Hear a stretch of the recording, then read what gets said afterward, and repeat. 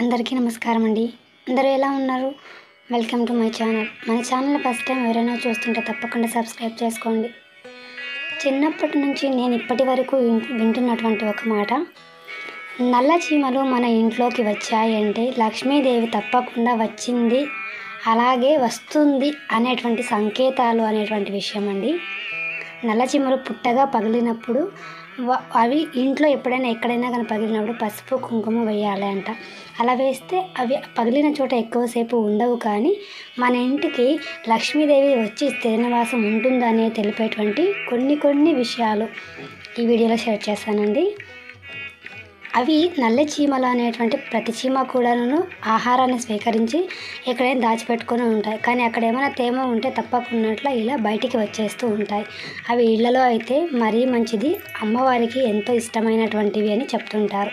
అలాగే నేను ఎప్పుడు పూజ చేసేటప్పుడు పసుపు కలరు అలాగే ఎరుపు కలర్పు కలిపినటువంటి బట్టలు మాత్రం ధరించి పూజ చేస్తూ ఉంటాను. ఇది దాదాపుగా 5 సంవత్సరాలుగా ఇలాగే కొనసాగుతూ ఉంది. అలాగే మనం శుక్రవారం పూజ అంటే గురువారం రోజునే సామాగ్రి అంటే పూజా సామాగ్రిని విగ్రహాలన్నిటిని కూడా శుభ్రం చేసుకొని పెట్టుకోవడం. ఇలా పెట్టుకోవడం వలన మనకు శుక్రవారం ఉదయం లేదా బ్రాహ్మీ ముహూర్తంలో కూడా పూజ వంటిది చేసుకోవచ్చు. నేనైతే బ్రాహ్మీ ముహూర్తంలో 4 గంటలకి పూజ అనేటువంటిది జరుపుకోబోతున్నానండి.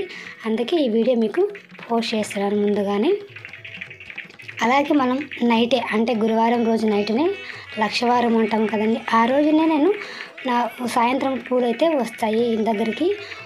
ఒక 10 రూపాయలు ఒక గ్లాసు అని అంటే ఒక 2 గ్లాసులు తీసుకున్నానండి. అమ్మవారికి ఆ రోజున అలంకరించుకోవడానికి చాలా అంటే చాలా అందంగా ఉన్నారు అమ్మవారు కదా. అంటే అందంగా ఉండడానికి ఈ రోజున నేను ఎలా డెకరేట్ చేయబోతున్నానంటే మల్లెపూల వనంలో అమ్మవారిని అలంకరించుకోబోతున్నానండి. అందుకోసమే గుండు మొగ్గలు అలాగే నిత్య మల్లెపూలు అంటారు కదండి, ఇవి ఇప్పుడు ఎండాకాలంలో వచ్చేటువంటి బొడ్డు మల్లెలు అంటారండి. అలాగే మా చెట్టులో కాసినటువంటి మందారాలను కూడా పెట్టుకున్నాను పూజకు. ఆ మాలలో కుట్టినటువంటి రాత్రి కుట్టానండి. ఉదయం పూజ కోసం ఇలా చూపిస్తున్నాను మీకు.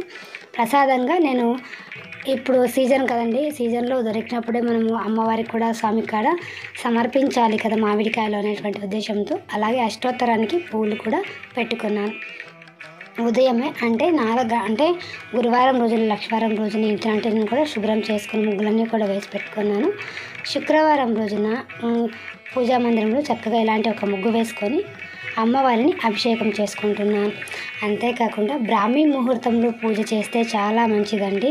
అందుకోసమే నేను ఎప్పుడు కూడా శుక్రవారం రోజున 4 గంటలకైతే పూజ అయితే ప్రారంభిస్తూ ఉంటాను. అంటే మీరు ఎంతసేపు లేస్తారని అంటే 3 గంటలకే లేస్తానండి. లేచిన వెంటనే స్నానం చేసి, ఎందుకంటే నేను ముందు రోజు నైటే అన్నీ కూడా క్లీన్ చేసి ముగ్గులు పెట్టుకొని గడప పూజకు మాత్రం అంటే గడపను కడిగి పెట్టుకుంటూ ఉంటాను. గడపను చక్కగా పసుపుతో అలికి ముగ్గులు పెట్టుకొని అక్కడ ఒక నిమ్మబద్దను అయితే ఉదయంలో కట్ చేసుకుంటూ ఉంటాను. అలాగే తులసమ్మ దగ్గర కూడా చక్కగా పూజ చేసుకుంటున్నాను.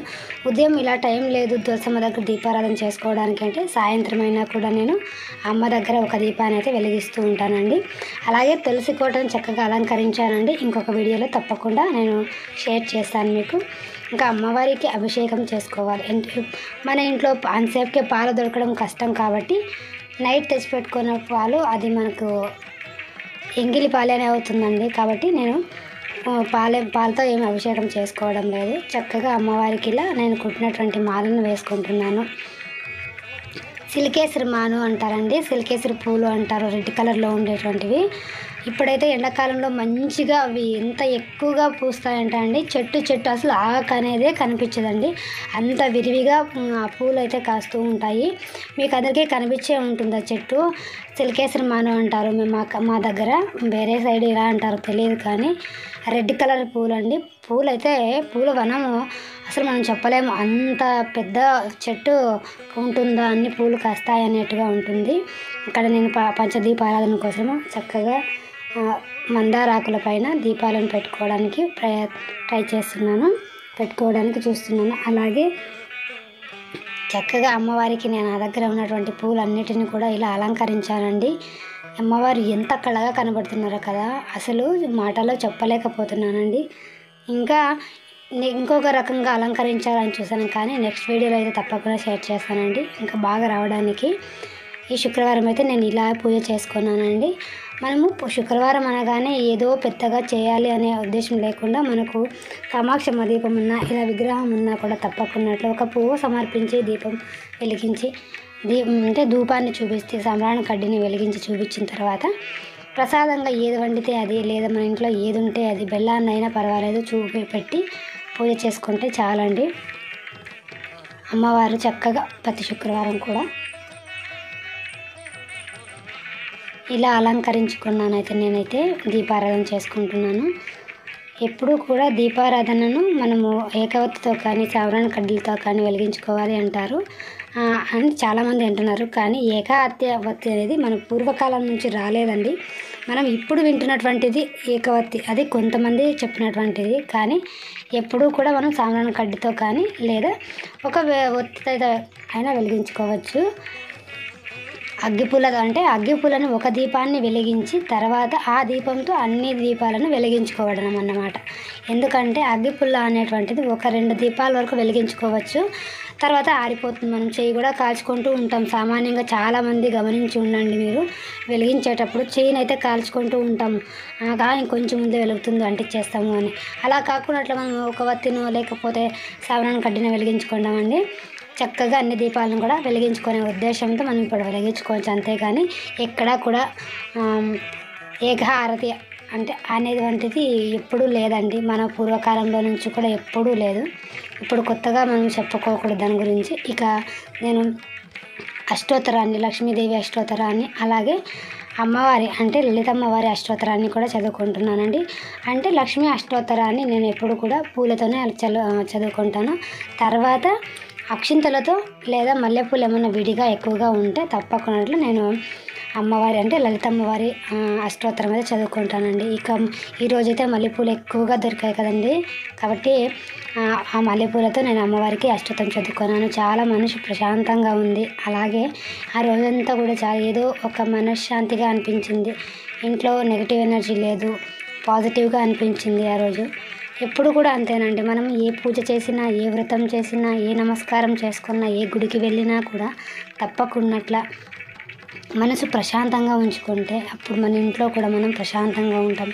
ఎప్పుడూ గొడవలు పడుతూనే ఉంటాము ఏదో ఒక విషయంలో, లేదా ఎదుటి వారిని చూసినప్పుడు కూడా ఏదో రకంగా మనం బాధపడుతూనే ఉంటాము, లేదా వాళ్ళు మనల్ని బాధ పెడుతూ ఉంటారు. అలా కాకుండా ఇలా మంచిగా ఒక రోజైనా కూడా దేవుడికి మనము అర్పించుకొని ఆ రోజున పూజ చేసుకుంటే చాలు అనేటువంటిది. అంతేకాదండి, చిన్నప్పటి నుంచి వినేటువంటి కొన్ని విషయాలు ఉంటాయి. అంటే ఇప్పుడైతే చెప్తున్నారో లేదో కానీ పూర్వకాలం నుంచి అయితే మన పెద్దలైతే ఎప్పుడూ కూడా ఆడపిల్ల అనేది ఎలా ఉండాలి, ఇలా ఉండాలి, అలా ఉండాలి, ఇన్ని నియమాలతో ఉండేది అని అది తప్పు కాదండి, నిజం. అలాంటివన్నీ పాటించినప్పుడే మనకు కూడా మంచి జరుగుతుంది. అంతే కదండి. అలాగని ఏదో చెప్పారు ఏదో చేశాము మనం అనే కాకుండా కొన్ని నియమాలను శుక్రవారం రోజున ఆడపిల్ల ఇలా చక్కగా ఇంట్లో పూజ చేసుకుంటే చాలా మంచిదండి మన ఇంటికి.